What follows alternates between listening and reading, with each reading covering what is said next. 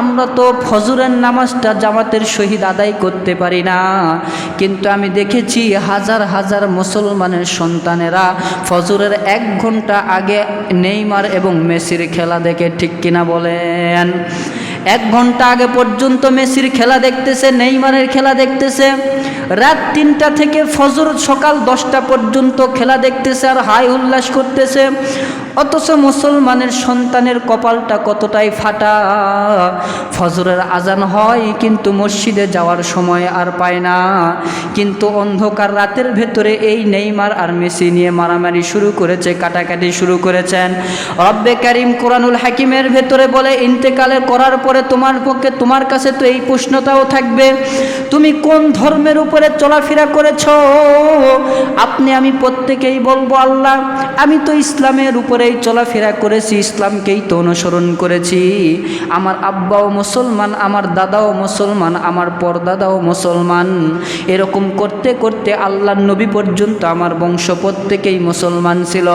কিন্তু রব্বে কারিম বলবে, ঠিক আছে আমি বুঝেছি তুমি তো মুসলমান, কিন্তু মুসলমান হওয়ার পরেও দুনিয়ার বুকে কাকে তুমি অনুসরণ করেছো, কার পিছন পিছন ঘুরেছো, কাকে নিয়ে তুমি মারামারি করেছো, ঝগড়া করেছো, কাটাকাটি করেছো?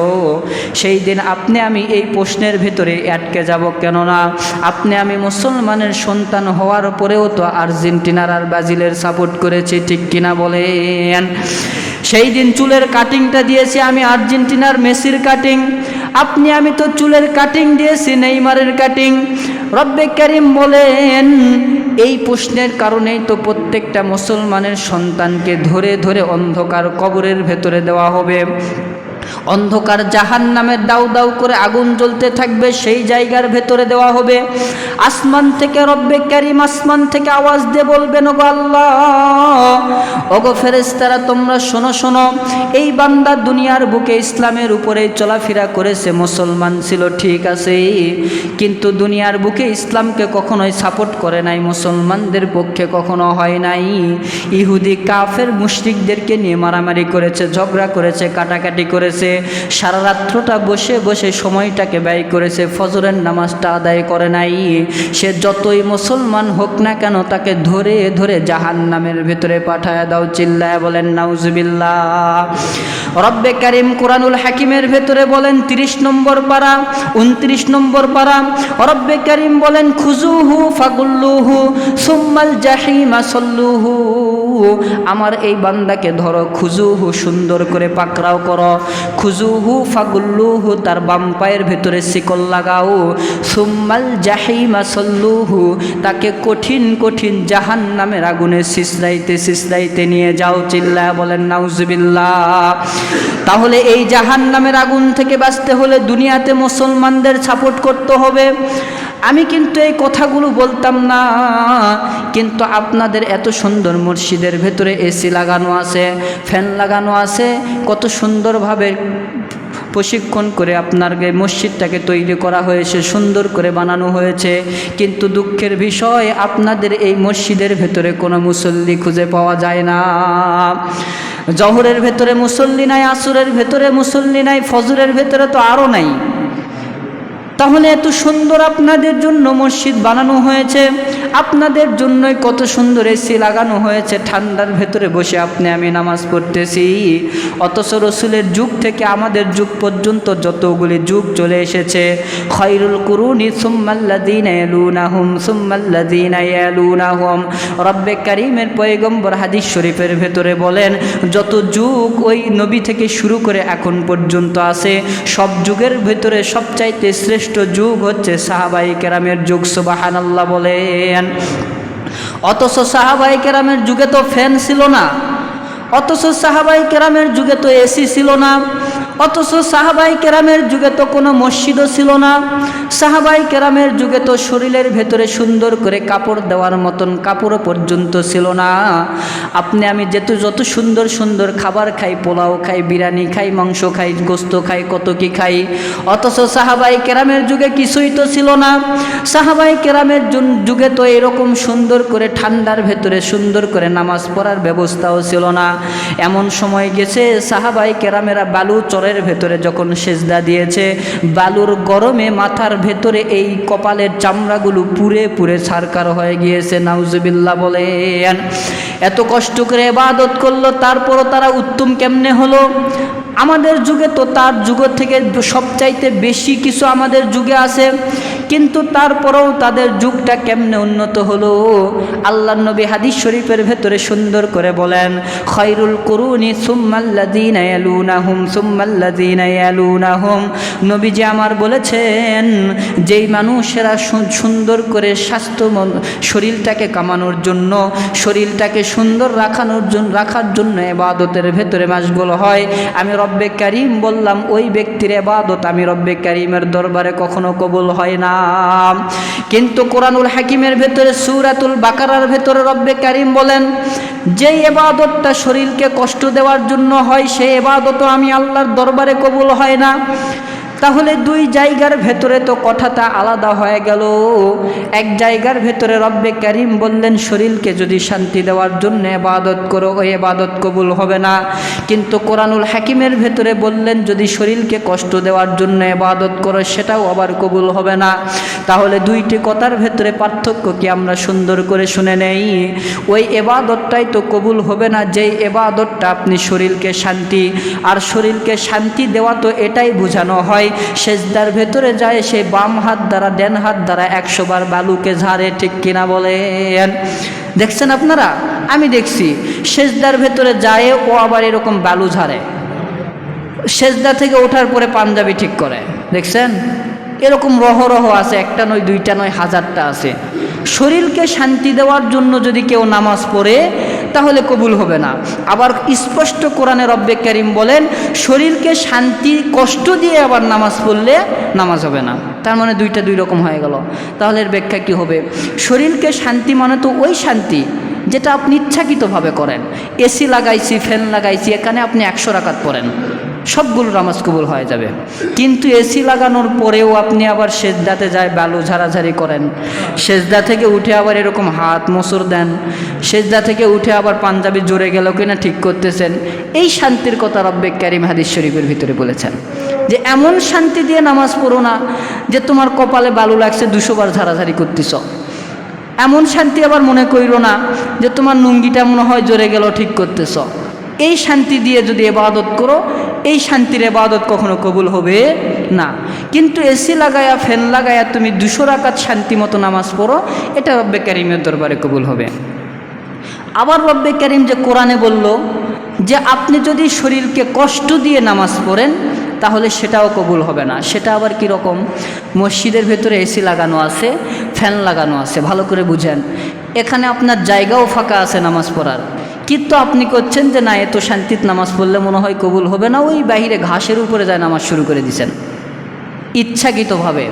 মানে আপনি মনে করতেছেন আমার শরীরে কষ্ট দিয়ে মনে হয় ইবাদত করলে এটাই আল্লাহ বেশি কবুল করবে, আমি আল্লাহর প্রতি এত মহব্বত দেখাইতেছি যে আমি একবারে ওলা সব শান্তি বাদ দিয়ে ঘাসের উপরে এসে নামাজ শুরু করে দিছি। তাহলে রব্বে কারীম বলেন এইটাও আবার কবুল হবে না। আপনি আবার এরকম মনে করতেছেন খাবারের সময় হয়ে গেছে, এখনও আজানই হয় নাই, আপনি মনে করতেছেন না নামাজের চাইতে খাবারের চাইতে নামাজই মনে হয় বেশি উত্তম, মনে করে আবার নামাজ শুরু করে দিয়েছেন, পেটের ভেতরে আবার আপনার মেশিন গোগো করতেছে, নামাজের ভেতরে শান্তি পাচ্ছেন না, তাহলে এই নামাজও কখনো কবুল হবে না। মোট কথা হচ্ছে আপনার কাছে অপশান থাকা অবস্থায় যদি অপশানকে সিলেক্ট না করে আপনি যদি ইচ্ছাকৃতভাবে কষ্ট শরীরে দিয়ে নামাজ পড়েন তাহলে এই ইবাদতও কখনো কবুল হবে না।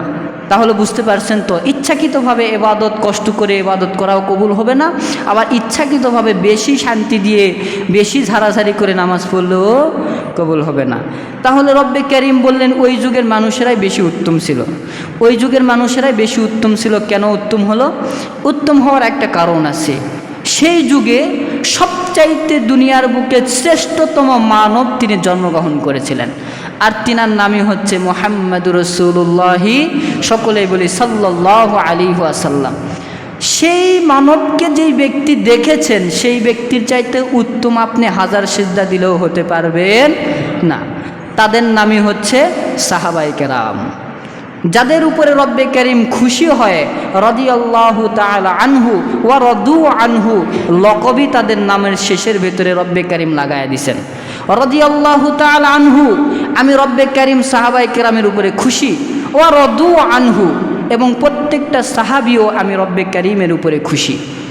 সেই যুগে তো তারা ইবাদত না করতে পারতেন, যে আমরা ইবাদত করব না, নবীর চেহারা দেখলেই সাহাবীর মর্যাদা। হাদিসের ভিতরে আমরা পেয়েছি যদি কেউ সেই যুগে ইবাদত নাও করত, শুধু নবীর চেহারা দেখতে পারলেই সে সাহাবীর মর্যাদা পাবে, নবীজির সামনে একবার বসতে পারলেই সে সাহাবায়ে কেরামের মর্যাদা পাবে। তাদের ইবাদত না করলেও মনে হয় জিন্দেগি চলতো না? চলতো। তারা রসুলকে দেখেছে, তার মানে তারা জান্নাতি, কিন্তু তারপরও তাদের ইতিহাস পড়লে তো চোখে পানি চলে আসে। এক ওয়াক্ত নামাজ তো মিস দেয় নাই, নফল নামাজ এতটা পড়েছে পায়ের ভেতরে এক একজনের রস জমে গেছে। নফল নামাজ এতটা পড়েছে মরুভূমির ময়দানের ভেতরে নামাজের ভেতরে দাঁড়ায় থাকতে থাকতে রোদের তাপে মাথার চান্দিগুলো ফেটে যাওয়ার মতো হয়েছে। কেউ কেউ তো কোনো সাহাবায়ে কেরাম নামাজ পড়তে যায় বুকের ভিতরে তীর খেয়েছেন, কোনো সাহাবায়ে কেরাম তো নামাজ পড়তে যায় বুকের ভেতরে পাথর তুলে দেওয়া হয়েছে। এরকম হাজার হাজার কাহিনী আছে না? তাহলে দেখেন, তাদের ইবাদত না করলেও চলতো, তারা সাহাবায়ে কেরামের মর্যাদা পেয়েছেন মানে জান্নাতি। কিন্তু তাদের ভেতরে রব্বে কারীমের মহব্বত, রব্বে কারীমের ভয় এতটা ঢুকে গিয়েছে যে তারা জিন্দেগিতেও এক ওয়াক্ত নামাজ কখনো বাদ দেয় নাই। কত কষ্টতে নামাজ পড়েছেন। এই জন্যই তো রব্বে কারীম বলেছেন খায়রুল কুরুনি সুম্মাল্লাযীনা ইয়ালুনাহুম সুম্মাল্লাযীনা ইয়ালুনাহুম। প্রত্যেকটা জুমার দিন ইমাম সাহেব এই হাদিসটা বর্ণনা করেন খুতবার ভেতরে, যে সবচাইতে যুগের ভেতরে সবচাইতে উত্তম যুগ হচ্ছে সাহাবায়ে কেরাম। কেন বলা হয়েছে? তারা কষ্টের ভিতরে নামাজ পড়েছে। কিন্তু আমাদের সেরকম কষ্ট করতে হয় না। আমাদের মসজিদের ভিতরে এসি আছে, ছাদ দেওয়া আছে, ফ্যান আছে, কত সুন্দর ব্যবস্থা, টাইলস লাগানো আছে, যেখানে ময়লা মাটি থাকে না। শুধু আসবো 10 মিনিটের ভেতরে নামাজ পড়ে চলে যাব। কিন্তু এই 10 মিনিটের সময় আপনি আমি দেই না, আবার বাহিরে বলে বেড়ায় আমি তো জান্নাতি। তাহলে বলেন তো দেখি, এই জান্নাতি হয়ে কাম হবে? আবার বলে বেড়ায় আমি তো নবীর আশেক, আবার বলে বেলায় আমাকে তো নবী ছেড়ে কখনো জান্নাতে যাবে না। এগুলো ভুল কথা। আগে কষ্ট করতে হবে, এরপরে আপনি নবীর উম্মত হইতে পারবেন। কষ্ট করলে তো নবীর উম্মত হইতে পারবেন, কষ্ট করলে তো রব্বে কারীম আপনার উপরে খুশি হবে। ফালাহুল মাওলা ওয়ালাহুল মুলক। আপনি কষ্ট করে রব্বে কারীমকে রাজি খুশি করাবেন। রিজিক বলেন, টাকা পয়সা বলেন, সন্তানাদি বলেন, বাড়িঘর বলেন, সব কিছু আপনার পিছন পিছন দৌড়াইতে থাকবে। তাহলে বলেন তো, এই দুনিয়া চাকচিক্য ভিতরে পড়ে আপনি আমি ইবাদত ভুলে গেছি। এত সুন্দর মসজিদ, আপনাদের মসজিদের ভিতরে মুসল্লি নাই, এটা অনেক দুঃখজনক বিষয়, দুঃখজনক কথা।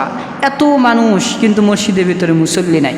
দয়া করে মায়া করে আজকের পর থেকে আমরা সকলে 5 ওয়াক্ত নামাজ পড়বো তো ইনশাল্লাহ? জোরে বলি ইনশাল্লাহ পড়বো তো? ইনশাল্লাহ বলতেও তো আমরা ভয় পাই, মনে মনে ভাবতেছি এখন ইনশাল্লাহ কবে হুজুর গেলে তো আর ওটা কথা কানত থাকবে না, নামাজ তো আর পড়বো না। ইনশাল্লাহ বললেই মনে হয় ওয়াদা, এমন ওয়াদা হয়ে যাবে মনে হয় আল্লাহ আমাকে একটা জাহান্নামে দিয়ে দিবে। এই জন্য ইনশাল্লাহ বলতেও আমাদের ভয় লাগে, ইনশাল্লাহ বলতেই মন চায় না। তার মানে ওই যে হুজুরের কথা এক কান্দে শুনে এক কান্দে বাহির করে দেওয়ার মতো। জুমার নামাজ শেষ, হুজুরের দায়িত্ব, হুজুর বক বক করবে, এরপরে নামাজ পড়ে চলে যাবে, এটা হুজুরের চাকরি। আর আমাদের শোনায় এসে বসে থাকে, এটা একটা ওই রসুলের যুগ থেকে একটা পরম্পরা চলে আসতেছে, জুমার দিন যায় ওয়াজ শোনো, নামাজ পড়ো, এটাই মনে হয় শেষ। নয়, আল্লাহ রসুল বলেন যারা বয়ান শুনবে এর উপরে আমল করবে। রব্বে কারীম বলেন প্রত্যেকটা কথা অনুযায়ী তার আমল নামার ভেতরে 70 রাকাত নফল ইবাদত করার সওয়াব তার আমল নামার ভেতরে দেওয়া হবে। সুবহানাল্লাহ বলেন। মুসলিম শরীফের হাদিস। এরপরে আরও আছে আবু দাউদ শরীফের ভিতরে আল্লাহ রসুল সাল্লাল্লাহু আলাইহি সাল্লাম বলেন, কেউ যদি বয়ান শুনে এই উদ্দেশ্যে যে আমি এই বয়ানের উপরে আমল করব, তাহলে রব্বে কারীম বলে সে মসজিদ থেকে বাহির হওয়ার পরে যদি আমলটা বাই চান্স নাও করতে পারে, তারপরেও সে আমল করার পরিমাণ সওয়াব তার আমল নামায় আমি দিয়ে দিব। সুবহানাল্লাহ বলেন। তাহলে আমরা ইনশাল্লাহ বললে কি ভুল হবে? জোরে বলেন। ইনশাল্লাহ বলবো তো ইবাদতের উদ্দেশ্যে। যদি আমার এই ইনশাল্লাহর দ্বারা যদি আল্লাহ আমার জীবনটাই পরিবর্তন করে দেয়, যদি আমাকে নামাজি বানিয়ে দেয়, যদি আমাকে হেদায়েত দেয়া দেয়, তাহলে এটা কি খারাপ হবে? আমরা সকলেই বলি ইনশাআল্লাহ 5 ওয়াক্ত নামাজ পড়বে ইনশাআল্লাহ। আল্লাহ তাআলা আমাদের সবাইকে 5 ওয়াক্ত নামাজ জামাতের সহিত আদায় করার তৌফিক দান করুক। সকলেই বলি আমিন। ওয়া আখিরি দাওয়ানা আনিল হামদুলিল্লাহি রাব্বিল আলামিন। আমরা যারা সুন্নত নামাজ পড়িনি সকলেই সুন্নত নামাজ আদায় করে নিই।